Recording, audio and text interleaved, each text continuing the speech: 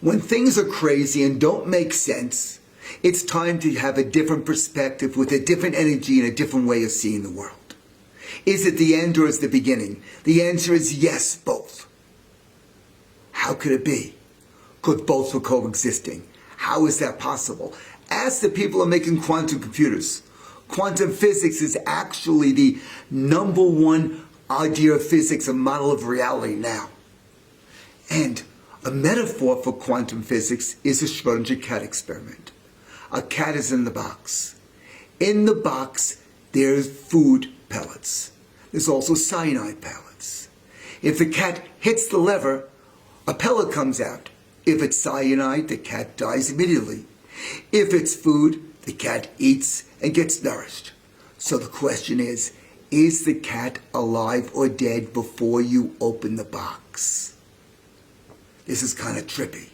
And this is the way subatomic particles operate. The field between us operates. Our minds operate. Conscious operates. And that's what's running the world right now. We have the greatest opportunity to, instead of complaining that eating the leaves that a caterpillar does, and eating it and stripping the leaves, taking for itself what it wants, and then going into its shell, its cocoon that it's in.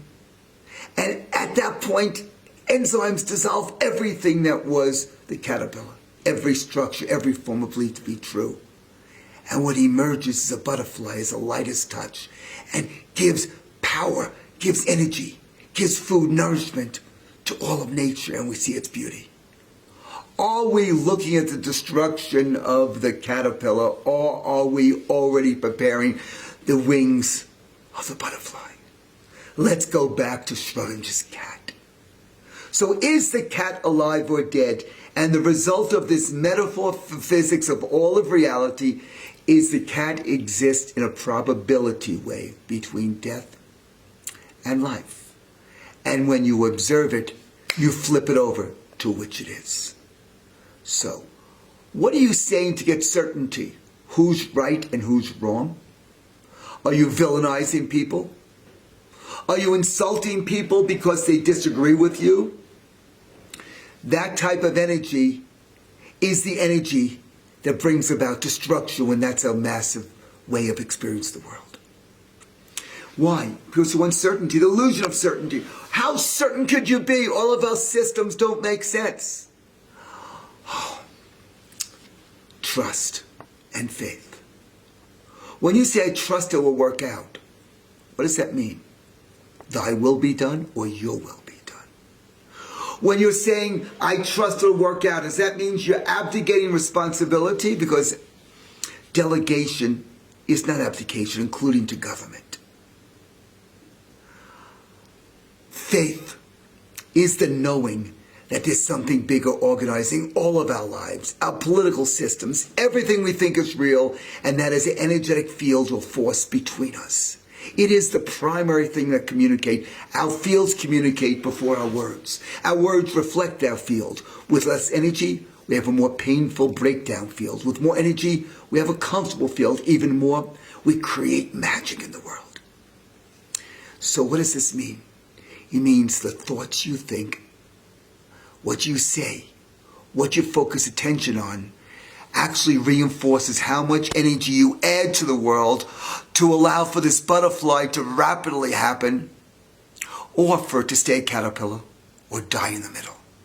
You make more of a difference than you ever want to believe you do. You must wake up from this hallucination and please, please realize that you are part of what's flipping things over in the world.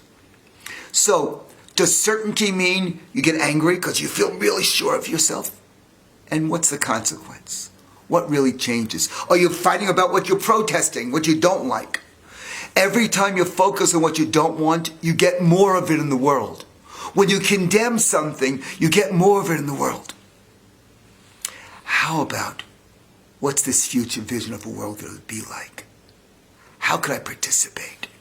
So in this world, circumstances will not give you certainty. Well, when the election comes, I'll have certainty. When I go into the hospital, I'll have certainty. Then you look at the form you fill out and you have no certainty. Ultimately, well, it's God's will, you'll hear. Why don't you start with that? And we're all part of that energetic.